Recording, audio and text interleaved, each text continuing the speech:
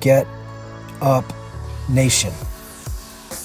My name is Ben Biddick. I am the creator and host of the Get Up Nation podcast, where I serve individuals, organizations, and societies to develop and sustain resilience and perseverance. I'm the co-author of Get Up, The Art of Perseverance, with former Major League Baseball player and CEO of Lurong Living, Adam Greenberg.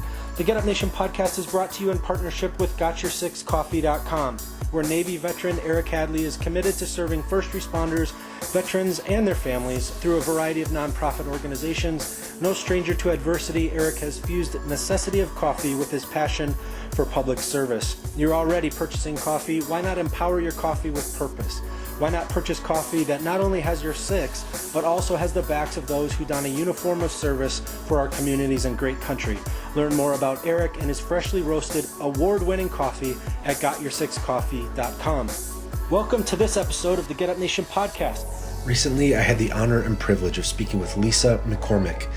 Lisa lost her son Jeffrey when he was 17 years old to a drug overdose. Lisa later learned Jeffrey had been sex trafficked prior to his death.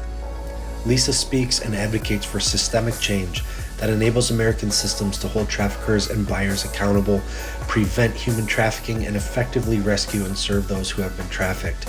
Because of the sensitive nature of the interview, I chose not to end the show with my usual 6 questions. Instead, we focus heavily on the resilience process Lisa uses of transforming her pain and grief into advocacy, awareness, and a relentless drive to educate others in hopes of preventing future exploitation. Lisa is a member of the Wisconsin Anti-Human Trafficking Advisory Council and is featured in the Wisconsin Department of Children and Families documentary film on youth sex trafficking in Wisconsin to be released in 2019. Lisa speaks on the topics of sex trafficking, drug addiction, bullying, acceptance, and her faith. Throughout her personal journey as a parent of a sex trafficking victim, she educates groups to recognize the signs of at-risk youth, how to overcome barriers of fear in talking with them and showing them you care, and to give them someone to trust. Lisa has made it her life's purpose to share her family's story so others understand trafficking and how easily our vulnerable children can be exploited. Lisa walks alongside suffering parents, grandparents, and caregivers, supporting them with the knowledge that they are not alone in this journey. In this episode of the Get Up Nation show, we are confronted with the truth that human trafficking exists only because there is a demand for it. If there was no demand, it would not exist. Listeners need to be aware that we're going to be discussing realities in our world which may not be appropriate for children to hear. For survivors of exploitation, I want to ensure that you practice self-care should you listen to this in order to ensure your own health. Make sure you are getting any help you need, and if you need to take breaks during listening to this podcast episode, please do so. And now I present to you, Lisa McCormick. Welcome to Get Up Nation. Lisa, it's my honor to have you here. I've been looking forward to having you share your journey on the show. This is a very necessary topic that people need to understand across the United States, across the world, in Wisconsin. Even if people don't know anything about human trafficking, that's very important for them to understand that this is not some foreign concept that only happens in other countries. It's important for us to have awareness. So right now, I just want to open it up to you, Lisa, if you'll share a little bit about who you are and why you're here today. Yeah, thank you, Ben. My name is Lisa McCormick, and I am from a small rural town in Wisconsin called Tomah.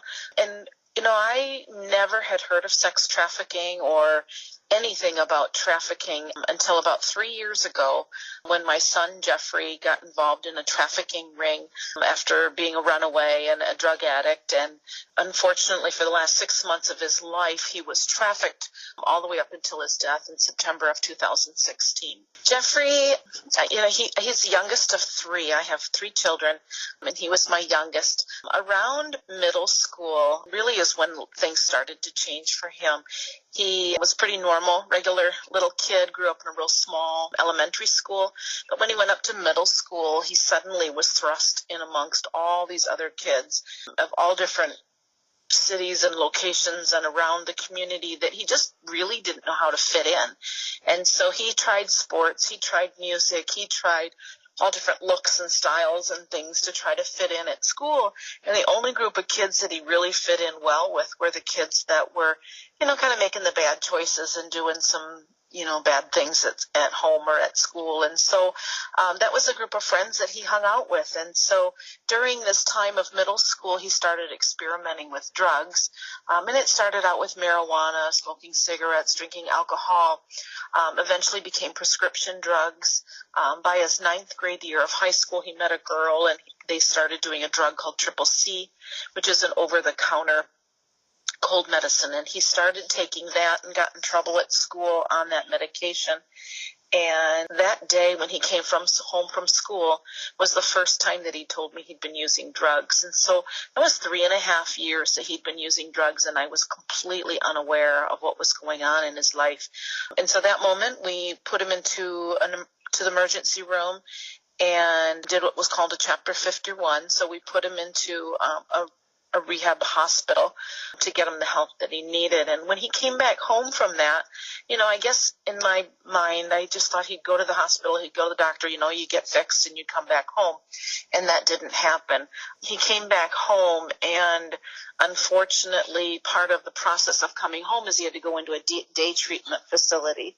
And that facility, none of those kids had any type of drug rehab. They were all juvenile delinquent cases. And so these kids were now bringing drugs in on a regular basis into this facility. And K2, the synthetic marijuana, was the drug of choice at that time. And my son also met a 14-year-old girl there. She was living in a group home, and her mom kept hiding her out at different locations around the community so that she'd have access to her. And so my son decided to start running away with this young girl to be with her.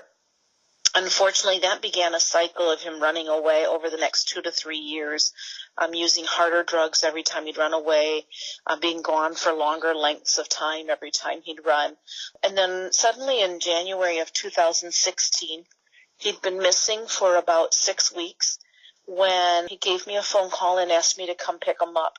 Now, by this time, we're about 3 years into this, and he's been actively using drugs, and I knew not just to pick up and go get him.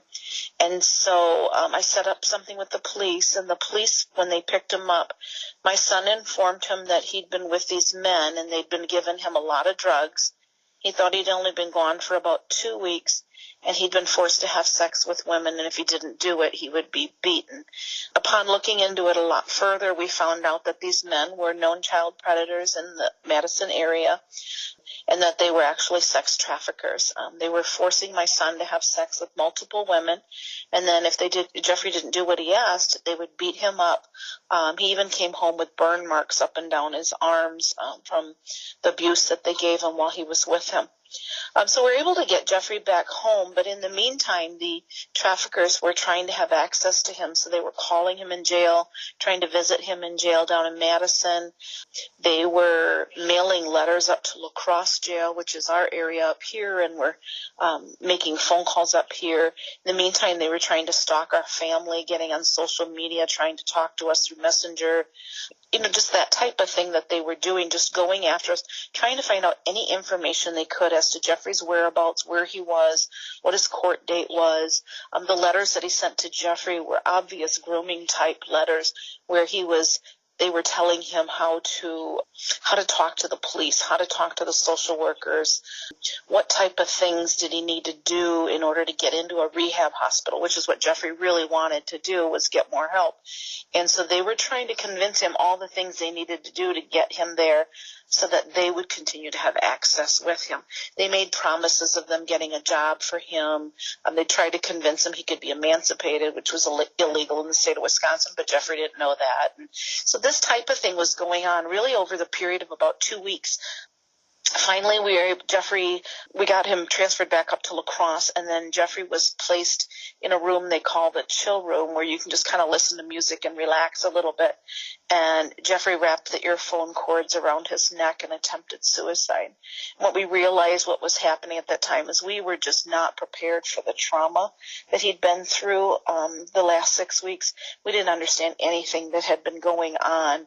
And so we threw him right back into the same situation that he was in prior to that last runaway, and that just caused him more stress. So we put him into the emergency room that evening, and That night was a very difficult night for him. He actually was transported 3 times between the jail and the hospital because nobody wanted him. And so to Jeffrey, in his mind, he believed that nobody really cared. Nobody wanted him. Nobody was there to support him. Police didn't want him. The jail didn't want him. The hospital didn't want him. I was so far away, so we were doing it all by phone, and he just felt so unwanted. And so when he was in the hospital waiting for us to make some decisions on what to do next, he took off and he ran away from the hospital. This time he ran to a nearby Walgreens, borrowed a phone from a woman, and asked her if he could call his mom. And in reality, he was calling his traffickers to run right back to his traffickers. Now, a lot of people kind of question why in the world would he go back to the traffickers instead of calling me or calling someone else. And he really believed that in his mind, the traffickers had conditioned him to believe that they were the most important people to him. They were the ones that could take care of him and continue to help him through whatever's next in his life. Where he was afraid if he called me that he would, one, get back in trouble again, and that he knew that we loved him, but that he couldn't stand to watch the hurt and the pain that he was putting us through every time we would be together. And so this time we knew he was running to Madison. I sent the police directly to the trafficker's house. This time the traffickers, 2 men, were inside the home, and my son and another girl were sitting outside of the home on the porch when the police drove up. When the police got there, my son took off running down the alley, and this time, as the police catch my son assaults the officer, and so my son now has to go to adult jail. He's 17 years old and has to sit in adult jail for a while. After my son gets out of jail, he was able to come home and be home with us for about 9 days when he takes off again. This time, over the next few months, I'm hearing once in a while from him.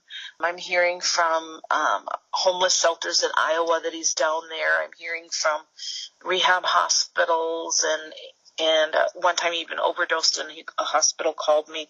So I was hearing things in Iowa. We'd heard that he was selling himself on Craigslist, but I really still didn't connect it to trafficking or anything until after he died.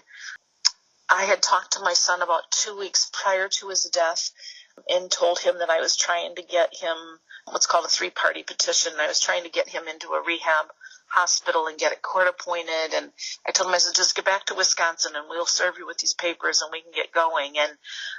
And so on a Friday, Jeffrey, we had this conversation, and on Monday morning, the social worker called me and told me that he'd run away again. And then I didn't hear anything again until September 30th, 2016, when a sheriff came to my door and told me that my son had passed away. We later learned that it was a heroin overdose that was laced with fentanyl. It happened in Madison. And I do believe to this day that the traffickers are the one that paid for his hotel room and paid for his drugs. But unfortunately, I don't have any proof of that. No one's talking, and so there's no charges or anything that have been placed there. And you'd think the story would end there, where my son has now passed away. But unfortunately, the traffickers continued coming toward our family. As we were planning the funeral services, someone dropped off an envelope of photos at the funeral home. And on the outside of the envelope, it said, "These are photos of your son from the last 4 months of his life." And inside, if you looked at these photos, you might think they're normal selfies that teenagers take today. But if you looked really close into the photos, you'd see he had sunglasses on, and you could see who was taking the photo. Sometimes he had sunglasses hanging on the front of his shirt, and you could see a person in there.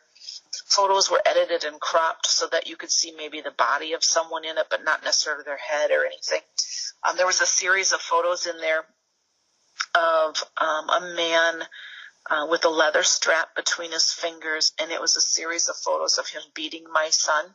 And if you look at the final photo in the series, you'll see that that reaction on his face of being hit and beaten with tears in his eyes. And there are also photos in there of my son, obviously very high, And what I've learned since we received these photos is that traffickers often will take photos of their victims and then use them to hold over them, to blackmail them, to tell them that, if you don't do what we say, I'm going to take these photos of you doing drugs to the police. Or I'm going to take these photos of you doing this and show your mom. And so they use these for the victims to show the control that they have over them in that situation. But also by showing it to the family, they're showing you that this is where we've had your son and the control that we've had over your son, that he cares for us and loves us a lot more than you. And that was pretty rough to look at. And the funeral director had actually told us not to look at the photos. They were pretty graphic. And it actually took me about 3 months to get the courage and strength to actually even look at the photos at all. But then as we're planning the actual funeral services, I had scheduled a police presence there because I was afraid some of my son's friends may come under the influence of drugs, and I wanted them, everyone to be safe there.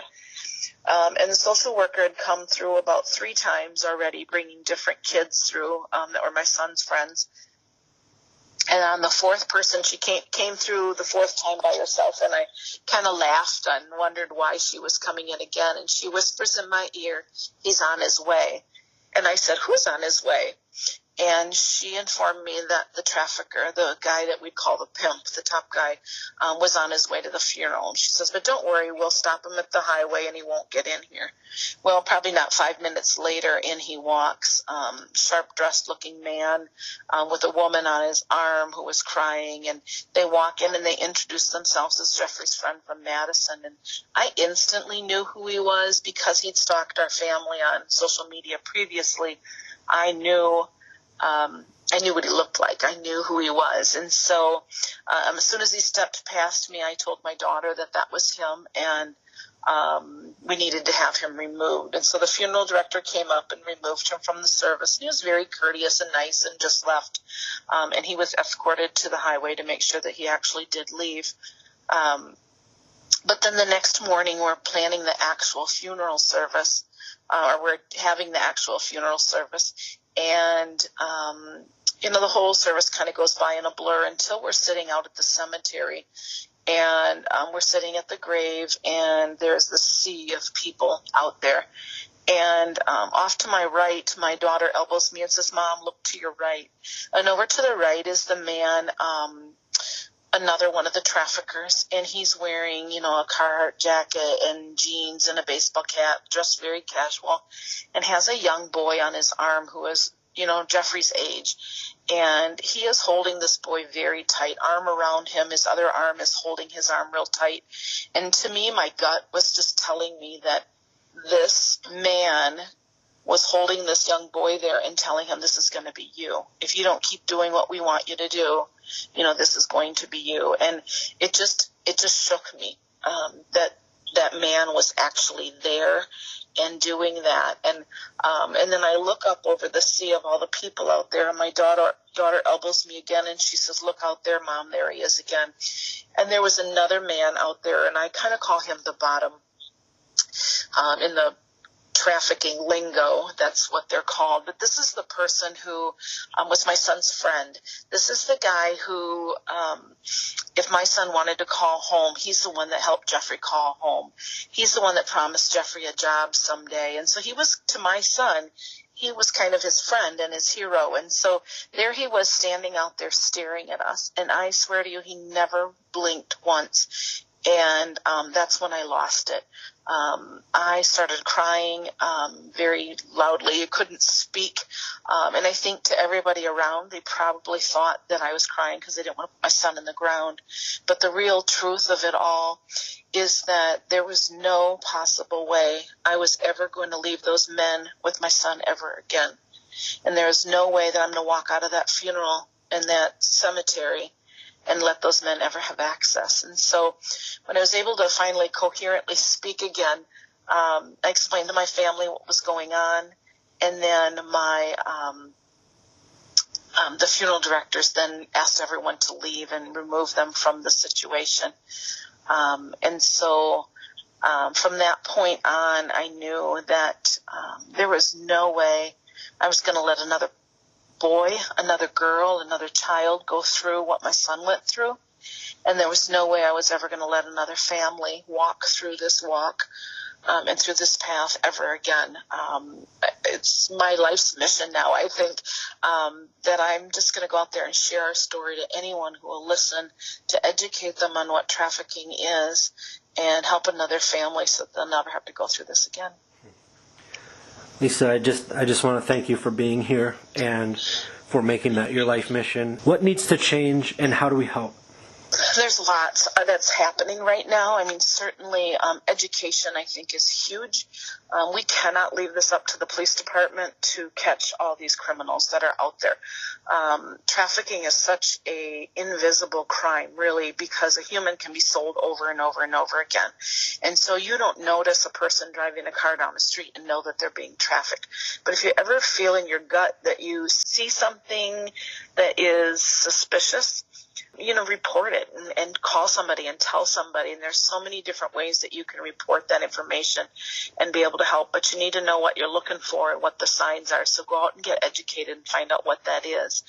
The other thing is the demand. That if there's no demand, then the traffickers aren't going to do this anymore. And so, there's a lot of great programs out there for men, especially, but women buy it as well. Is to have programs to be able to recognize what a John looks like, so a person who's buying that, and to be able to recognize that so that we can stop the demand so that can end as well. There's some great legislation that's changing. The safe harbor law that we are trying to fight right now and get through and get passed in Madison is to make that juveniles, anyone under the age of 18, it is considered child abuse, and we should be able to give them all the services and all the help. And then the biggest thing is, once we get these kids and we get them out and we get their help, what are we going to do with them? We don't have enough resources out there. We don't have, in the entire country, there are 3 homes for boys that have been sex trafficked in Pennsylvania, New Mexico, and Florida. I mean, nothing up in the Midwest at all. There's hardly enough beds for women if we want to find a place for them to get the help. So we need to recognize that, especially in juveniles, but even as adults, that when they need help now. We need to find a place to get them the help. We need to make sure that all of our resources that we do have are educated on trafficking and recognize the signs of it, because that psychological part of it is so different than a domestic abuse situation or a child abuse situation. And it's something that we all need to be aware of so that we can really make sure that we know what we're talking about out there. What encourages you when you see efforts that are being made as you are forced to cope with this reality? What encourages you today? When I went through this myself 3 years ago, I felt so alone. I didn't feel like there was any help out there or resources out there. And so I really thought, when I was fueled by this desire to go do something, that I had to go out and create it on my own. And what I've learned is that there really is some great resources in our state and some great people doing some great work. We just need to talk about it more. We need to share that information more. And so, I went out there and said, there's nothing for boys and there's nothing for families out there. There's lots of resources for women. And so that's when I went out and did. And I went and partnered with some convergence resources in Milwaukee. And then I also partnered with Fresh Start Learning in Milwaukee, and then also worked with the Janesville Human Trafficking Task Force as well, and created some programs there that are for the families specifically, to help the families understand what their victims have gone through. And what their child, their survivor that they are now, what happened to them, and why are they such a different person now than what they were when they left our home as a teenager. And so really is wonderful to be able to help families understand what has happened to their child so that they can now begin to build that family back up and grow that family as a family should be. And unfortunately, some of those relationships got quite severed in those teenage years, and I'm hoping that we'll be able to build our families back up again. What do parents need to understand? Parents need to be patient. Sometimes it's very easy to jump in and jump to conclusions and not understand the psychological trauma that's going on with trafficking. Many times people who have been trafficked may become promiscuous afterwards, and having multiple partners, and so parents don't understand that, and that's just a lifestyle that they learned. They didn't learn what a healthy relationship was. They didn't learn how to be a good partner, and so those are skills that the victim or the survivor has to learn. But then the family also has to understand that they've got to learn those skills all over again. It's not something you just watch and learn. And so I think a parent has to be very patient, and really kind of has to admit that get past that judgment, get past that shame and guilt that you may feel, and just have to admit that, okay, I need to learn more about this. I need to understand more what my child's going through and step over that. Many families are afraid to admit that this happened to their family, or that they happened within their family or their child, and they're afraid of the judgment of what others are going to think of them.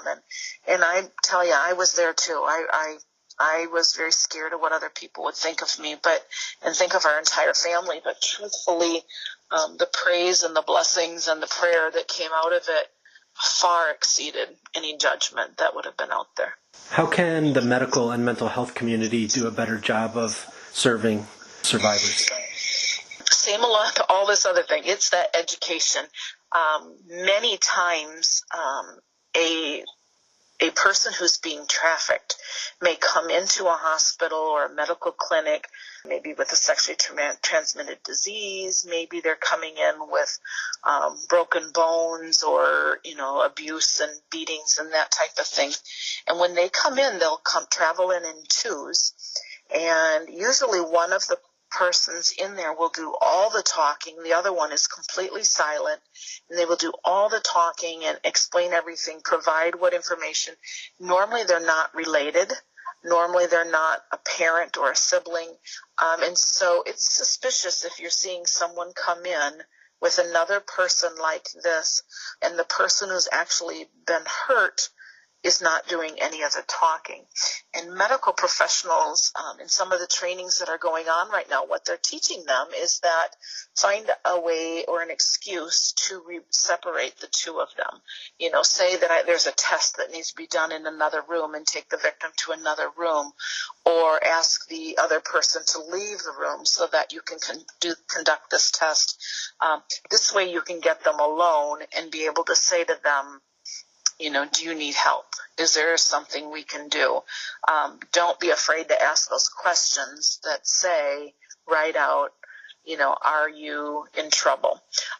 Using the word trafficking is not a good word to use. Many times they do not understand the word or know what the word trafficking means. So it's more along the line of, can we help you get out of the situation you're in right now? Are you in trouble? Do you need help? Those type of questions, so we can get them away from that person and try to find out more information as we can. Be very cautious and careful about giving them a brochure about domestic violence or sex trafficking, or even giving them a piece of paper with a phone number at a call, or a business card or something, because anything that they are given, the trafficker will find, and then they will be beaten again. So we really want to make sure that we're keeping them safe, and in a way that is going to protect them. How can first responders do a better job of identifying and serving survivors? I would say everything's about education, right? So the more you know what to look for, the more you look for those signs, question the people that are together and why they're, in that vehicle. Why are you doing this? Trying to get as much information as you can to understand the situation of what's happening. And then, I think it's really great when first responders have a resource in their pocket. So they know that if they find a woman or a male who's been trafficked, and they get them back to the police department, there is a very good chance that person's not going to talk to a police officer. Now, you may, many times they'll bring in, a police officer of the opposite sex so that, they will talk to a female to female type thing, but it doesn't matter. They have been groomed and trained to not trust police and not talk to police. And so if the police departments can have in their back pocket a resource, a victim advocate, somebody that can come in and talk to this person, they find that if you can bring a victim advocate in and talk with them, they may not give you the answers immediately that first time you meet, but the next time they get picked up by the police, they're going to say, hey, where's that lady that I talked to last time? Can you bring her in again? And eventually you may actually earn the trust to where they'll actually want to talk and tell you what's going on. But it's good to have those resources available to you so that they can help you out when you need it. The pain associated with this has to be profound. What keeps you going to create a world where this does not exist? I have a strong faith. I believe very strongly that my God has walked me through this journey for a reason. He gave me my son for 17 amazing years, and they weren't easy. They were difficult, but I wouldn't trade it for the world to have had him in my life. And I believe that God has given us this plan for me to go out and talk to other people, for me to be able to share this with other families who are walking the same walk that I am. It's so much easier to talk to somebody who's been there versus someone who has no clue what you're talking about. And if I can walk this walk with someone else, that just makes my heart happy. If I can talk to schools and churches and communicate it to youth groups so that those kids all know what to look for, so when something happens and their little red flag waves, they know that this is a situation I need to get myself out of. And that's what it's about. It's about being able to help other people. I couldn't help my son, and there were laws there that were there to protect my son, but we didn't know what they were. And so if I can go out and educate people and talk to people about it, the more people that know, it's going to give us more power to get further and hopefully to be able to end this. I appreciate this opportunity, Ben, to be able to talk with you and share this. I feel very strongly that God has given me this gift of gab, to be able to go out and share our story and share my son. When I go out and speak, I introduce myself as a mom. I truly am a mom with a heart for her children, and I want to go out and tell the world about my children, just like any mom wants to do. Unfortunately, my son, made some poor choices in life, but my son knew who God was, and I know that he is up there watching down on me very proudly saying, this is what we're supposed to be doing, Mom. And so, it gives me the strength to move on and the courage to face some scary things sometimes. But I know that there's a purpose in what I'm doing. And the more people that I can talk to and educate and share, the more people can hear this message. I believe that we truly are going to be able to make a change and make some differences.